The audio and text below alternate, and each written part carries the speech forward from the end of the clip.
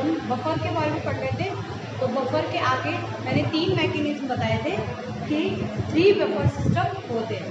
ठीक है, 3 buffer system के द्वारा, बफर का मतलब क्या था?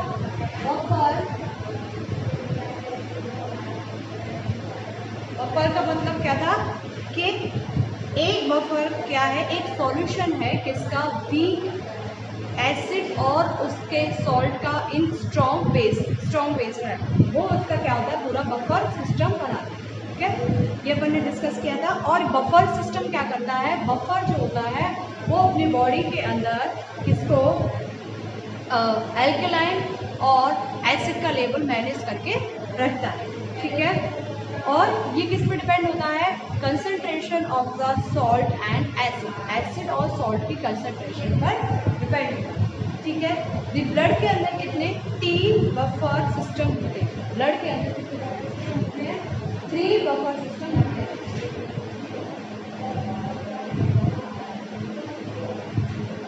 ब्लड के अंदर 3 बफर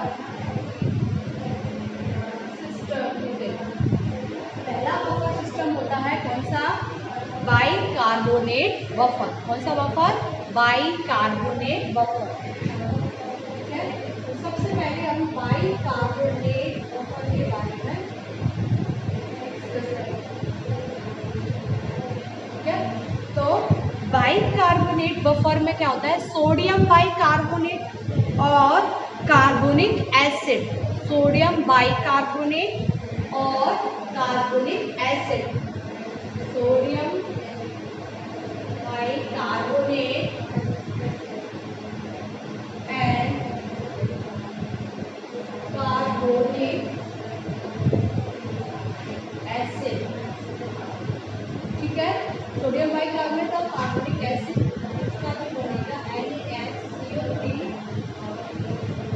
और H2CO2, ये सोडियम बाइकार्बोनेट है, ये कार्बोनिक एसिड है। is the most important buffer system of the extracellular fluid, particularly the plasma. ठीक है, तो sodium bicarbonate and carbonic acid क्या आता है, most important is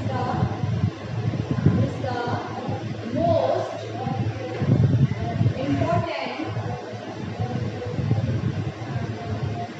important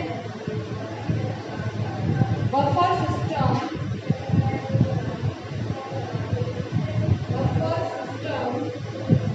of the extracellular fluid, particularly plasma। ठीक है, तो सबसे पहला बफर सिस्टम क्या है, बाइकार्बोनेट बफर। कौन सा buffer, bicarbonate buffer. Bicarbonate buffer में क्या होता है, sodium bicarbonate and carbonic acid. ठीक है, कौन सा, सोडियम बाइकार्बोनेट और carbonic acid is the most important buffer system of the extracellular fluid, particularly plasma. Most important buffer system होता है किसमें, एक्स्ट्रासेलुलर फ्लूइड, किसमें, प्लाज्मा के अंदर। ठीक है, अब ये कैसे ब्लड की पीएच को मेंटेन करके रखता है, पहले इसके नाम याद रखना जरूरी है, sodium bicarbonate and carbonic acid is the most important buffer system of the extracellular fluid, particularly किसमें, प्लाज्मा के अंदर। ठीक है, तो इसमें क्या होता है, जब इसमें देखो बफर कैसे बना, वीक एसिड कौन था, H2CO3 कार्बोनिक एसिड, और जब इसका अपघटन होगा तो H+ बनेगा प्लस HCO3 नेगेटिव। ठीक है, ये बाइकार्बोनेट हो गया और ये कार्बोनिक एसिड। तो वीक एसिड का जो भी बेस बनता है वो कैसा होता है, स्ट्रॉन्ग होता है। ठीक है, तो ये कार्बोनिक एसिड और ये क्या हुआ, बाइकार्बोनेट, कार्बोनिक एसिड, ये बाइकार्बोनेट। कार्बोनेट। ठीक है, तो इसमें क्या होता है, जब इसका अपघटन होगा तो H+ बनेगा प्लस HCO3 नेगेटिव। ठीक है, ये बाइकार्बोनेट और ये कार्बोनिक एसिड। तो वीक एसिड कौन था, H2CO3 कार्बोनिक एसिड और ये कार्बोनिक एसिड। तो ये बाइकार्बोनेट और ये कार्बोनिक एसिड, प्लाज्मा और अपन जब भी पीएच निकालते हैं, जैसे ये H+ आयन हो गया है, ठीक है, तो इसका जब लॉग करते हैं तब आता है पीएच, तो लॉग इस पे लगाएंगे, लॉग इस पे लगाएंगे और लॉग ही इस पे लगाएंगे, ठीक है, तब आएगा अपना इसके पीएच। तो प्लाज्मा बाइकार्बोनेट कंसंट्रेशन, प्लाज्मा के अंदर बाइकार्बोनेट की जो कंसंट्रेशन है वो निश्चित है, कितनी होती है, अराउंड 24 मिलीमोल पर लीटर होती है, और कार्बोनिक एसिड की कंसंट्रेशन अराउंड 1.2 मिलीमोल पर लीटर होती है, ठीक है, देखो ये लिख लिया। अब इन द प्लाज्मा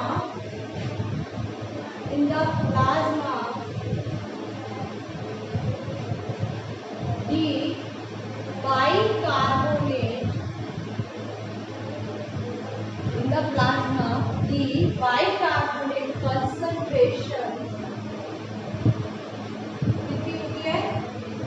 कितनी होती है 24 मिलीमोल पर लीटर, ठीक है, 1 लीटर में बाइकार्बोनेट की कंसंट्रेशन 24 मिलीमोल पर लीटर होती है, और कार्बोनिक एसिड की कंसंट्रेशन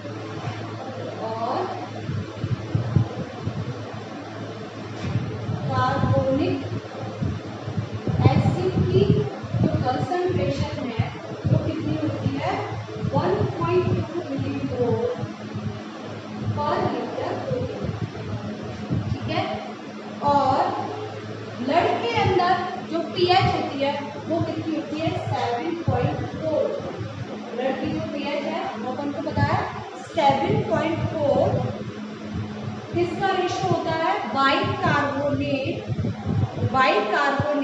टू कार्बोनिक एसिड,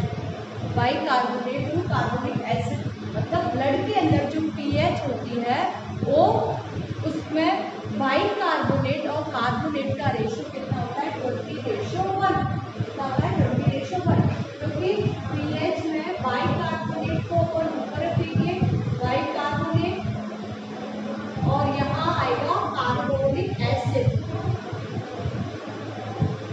ठीक है, तो बाइकार्बोनेट की कंसंट्रेशन 24 थी, कार्बनिक एसिड की 1.2 थी, तो इसको करेंगे तो अपना आ जाएगा 2:1, कितना होगा 20:1, कितना होता है 20:1, तो ब्लड के अंदर ब्लड की जो पीएच होती है उसमें बाइकार्बोनेट और कार्बनिक एसिड का जो रेशो होता है वो कितना होता है 20:1 होता है, 20:1, क्योंकि ब्लड के अंदर प्लाज्मा है उसके अंदर बाइकार्बोनेट की कंसंट्रेशन 24 मिलीमोल पर लीटर होती है, और कार्बनिक एसिड की कंसंट्रेशन 1.2 मिलीमोल पर लीटर होती है। इसमें बाइकार्बोनेट क्या है, बेस है, ये क्या है बेस, और ये क्या है कार्बनिक एसिड है, ठीक है, इतना आया समझ में। उसके बाद इसका मतलब क्या है कि बाइकार्बोनेट की कंसंट्रेशन मच हायर होती है, 20 टाइम्स मच हायर होती है than the carbonic acid in the blood, ठीक है, इसलिए इसके अंदर ये क्या होता है एल्कलाई रिजर्व होता है, मतलब इसमें एल्कलाई का मतलब बेसिक प्रॉपर्टी ज़्यादा होती है, and it is responsible for the effective buffering of H+ ion which generated in the body. इससे क्या होता है इफेक्टिव बफरिंग सिस्टम बनता है, क्योंकि क्या होगा देखो अपन ने देखा कि जो ब्लड की पीएच होती है 7.4, अपन को ब्लड की पीएच को 7.4 ही रखना, ठीक है, तो उसके लिए बफर सिस्टम काम करेगा, तो बफर सिस्टम काम करेगा तो इसमें बाइकार्बोनेट की कंसंट्रेशन और कार्बनिक एसिड की कंसंट्रेशन काम करती है, तो बाइकार्बोनेट की कंसंट्रेशन 24 मिलीमोल पर लीटर होती है और कार्बनिक एसिड की 1.2 होती है, तब इसका पीएच में इसका रेशो कितना होता है 20:1। जब बॉडी के अंदर एक्स्ट्रा H+ आयन बनते हैं तो वो ज़्यादा बेसिक है तो उससे वो क्या कर देते हैं न्यूट्रलाइज कर देते हैं, ठीक है, जैसे एक्स्ट्रा H+ आयन बने तो अपने पास ऑलरेडी क्या है एल्कलाई रिजर्व है, तो वो उसको क्या करेगा, न्यूट्रलाइज कर देगा, इसलिए ब्लड की पीएच पर कोई इफेक्ट नहीं पड़ेगा, ब्लड की पीएच जितनी है उतनी ही रहेगी। इस तरह से बफर सिस्टम क्या करता है कि इस पर काम करता है।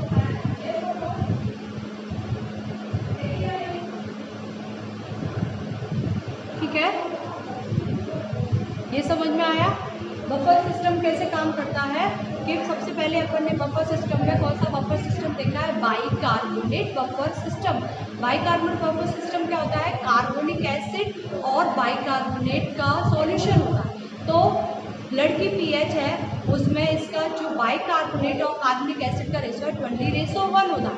20:1 कैसे बना, ये अपन ने बता दिया कि बाइकार्बोनेट 24 था, कार्बोनिक एसिड 1.2 था। तो जब बॉडी में एक्स्ट्रा ये ब्लड के बॉडी के अंदर जो H+ आयन बनते हैं उनको क्या कर देता है, न्यूट्रलाइज कर देता है, क्योंकि ये एल्कलाई रिजर्व है तो न्यूट्रलाइज कर देगा तो ब्लड की पीएच पर कोई इफेक्ट नहीं पड़ेगा, पीएच उससे परिवर्तित नहीं होगी क्योंकि एक्स्ट्रा अपने पास बाइकार्बोनेट है ऑलरेडी। तो इस तरह से ये बाइकार्बोनेट बफर सिस्टम क्या करता है, पीएच को मेंटेन करके रखता है।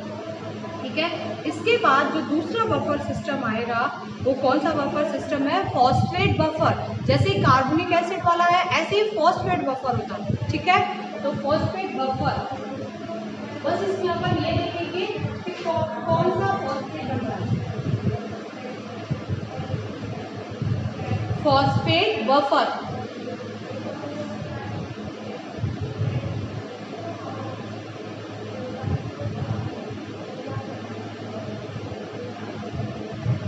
फॉस्फेट बफर, तो फॉस्फेट बफर में जो बफर बन रहा है वो है sodium di hydrogen phosphate and die sodium hydrogen phosphate. कौन बना रहा है, उनके नाम याद रखना जरूरी है। तो sodium di hydrogen phosphate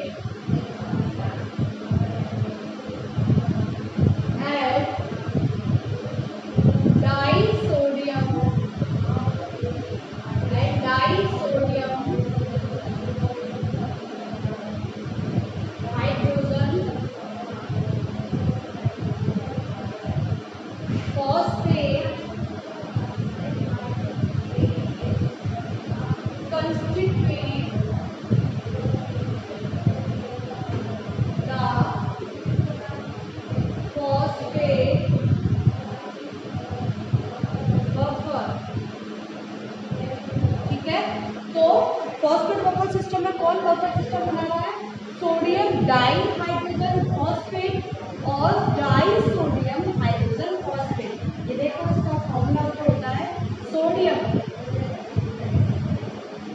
di hydrogen phosphate और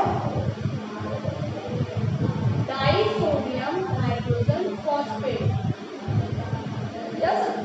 sodium hydrogen phosphate and die sodium hydrogen phosphate. यहाँ पर से ये क्या हो गया, एसिड हुआ और ये क्या हुआ, बेस हुआ। ठीक है, इस तरह से ये क्या बना रहा है, बफर सिस्टम बना रहा है। ठीक है, और ये भी ब्लड की पीएच को जैसे बाइकार्बोनेट बफर सिस्टम ने मेंटेन करके रखा था इसी तरह से ये भी मेंटेन करके रखता है, लेकिन सिर्फ इसमें अपन कौन सा बना रहा है यही नाम देखें। ठीक है, तो फॉस्फेट बफर होता है sodium hydrogen phosphate and die sodium hydrogen phosphate का मिक्सचर।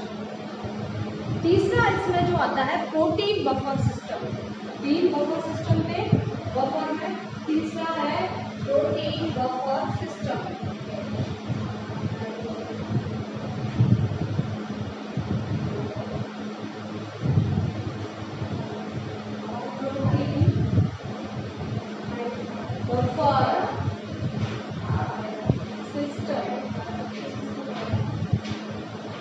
प्रोटीन बफर सिस्टम, तो प्रोटीन बफर सिस्टम में प्लाज्मा प्रोटीन और हीमोग्लोबिन, कौन कौन, प्लाज्मा प्रोटीन और हीमोग्लोबिन दोनों मिलकर के क्या बनाते हैं, protein buffer system of the blood. कौन कौन सी, प्लाज्मा प्रोटीन और हीमोग्लोबिन। प्रोटीन बफर सिस्टम कौन सा है, plasma protein and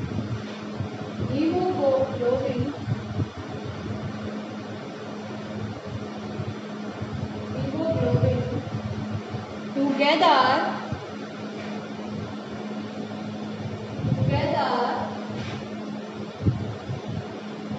constitute the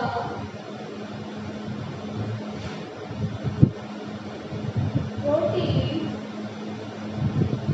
buffer system of the blood. ठीक है, तो प्रोटीन बफर सिस्टम कौन बना रहा है? प्लाज्मा प्रोटीन और हीमोग्लोबिन, ये दोनों मिलकर के क्या बनाते हैं? प्रोटीन बफर सिस्टम बनाते हैं ब्लड का।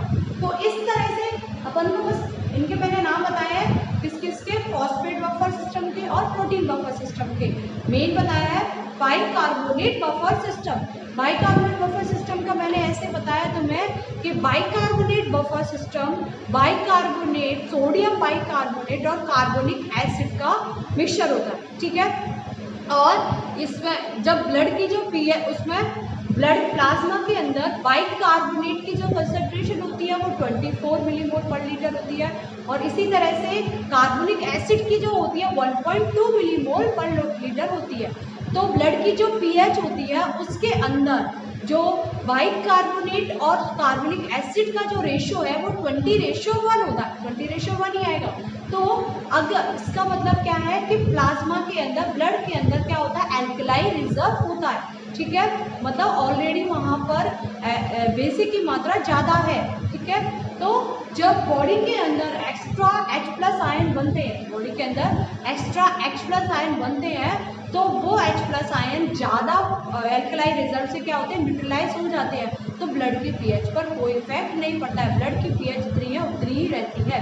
इस तरह से ये बफर सिस्टम क्या करता है? ब्लड की पीएच को मेंटेन करके रखता है। अपन यही पढ़ रहे थे कि ब्लड की पीएच को मेंटेन कैसे रखा जाता है, पीएच को चेंज कैसे नहीं होने दिया जाता।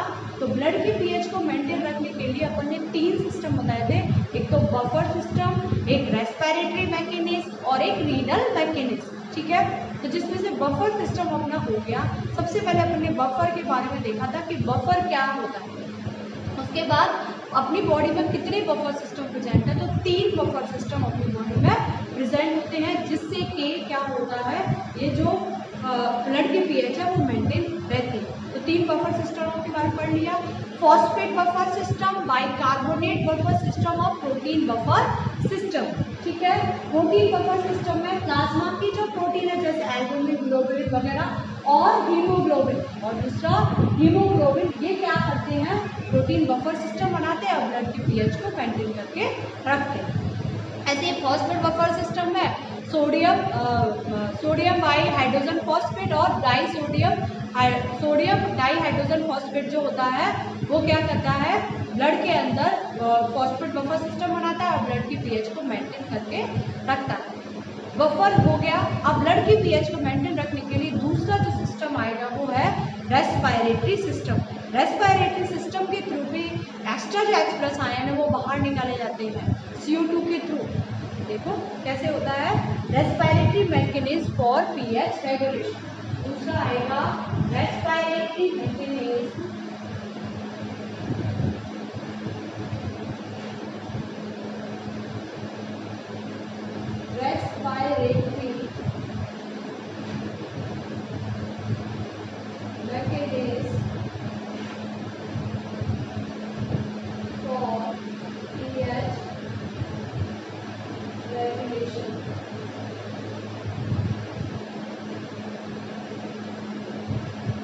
ठीक है, तो रेस्पिरेटरी सिस्टम भी एक रैपिड सिस्टम होता है for the maintenance of acid base balance. This is achieve by regulating the concentration of carbonic acid in blood.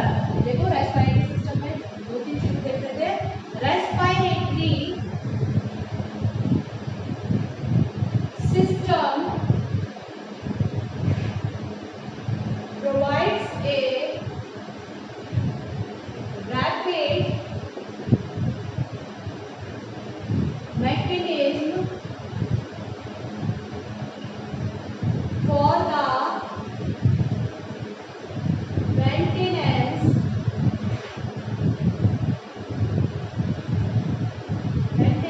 of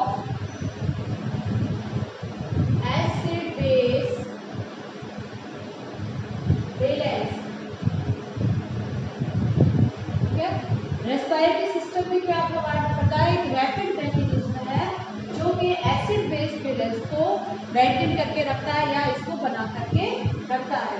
this is achieve by, ये कैसे अचीव किया जाता है, मतलब ये कैसे प्राप्त किया जाता है।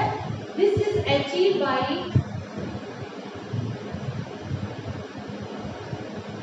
This is achieve by regulating the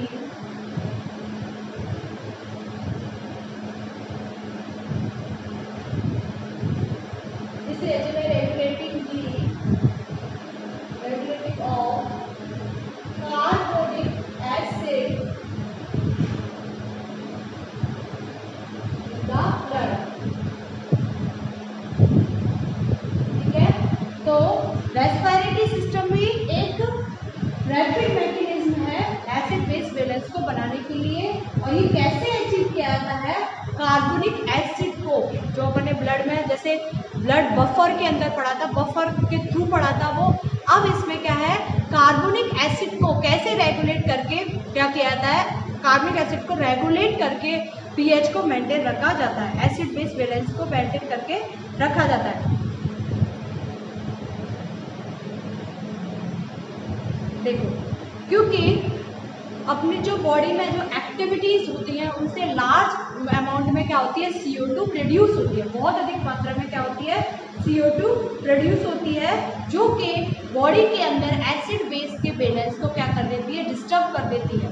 ठीक है, क्योंकि अपनी बॉडी में जो भी एक्टिविटीज होती हैं उनसे क्या होती है, लार्ज वॉल्यूम्स में CO2 प्रोड्यूस होती है, और ये क्या कर देती है, अपनी बॉडी के अंदर एसिड और बेस बैलेंस को मेंटेन कर देती है, क्या कर देती है, इरेगुलेट कर देती है। तो लार्ज वॉल्यूम ऑफ CO2 होता है वो किसके थ्रू, वाया एक्सपायरेशन के थ्रू, मतलब all of the CO2 is eliminated from the body in the expired air via the lungs. जो भी CO2 बनती है वो एक्सपायर की जाती है, किसके द्वारा, लंग्स के द्वारा। तो CO2 बाहर निकल गई तो H2CO3 की कंसंट्रेशन भी क्या हो जाएगी, कम होगी कि नहीं, क्योंकि H2O और CO2 से मिलकर बना होता है H2CO3। वैसे ही अपन ने बफर सिस्टम में H प्लस और HCl3 बनाया था, लेकिन H2CO3 जो होता है H2O प्लस CO2 भी होता है। तो जो CO2 है, CO2 के थ्रू मतलब कार्बन डाइऑक्साइड जो अपनी लंग्स के थ्रू बाहर निकल जाएगी तो ऑटोमेटिकली H2CO3 की कंसंट्रेशन क्या हो जाती है, कम हो जाती है। ठीक है, उसके बाद इससे क्या होगा, इससे क्या होगा, पीएच क्या होगी, कम होगी। पीएच जब कम होगी, पीएच का मतलब पीएच किससे बनती है, H प्लस आयन से बनती है। तो जब H प्लस आयन कम हो गए तो पीएच क्या होगी, कम। तो उस समय क्या किया था, हाइपर वेंटिलेशन किया था। हाइपर वेंटिलेशन मतलब CO2 को बाहर निकाला जाएगा। देखो इसको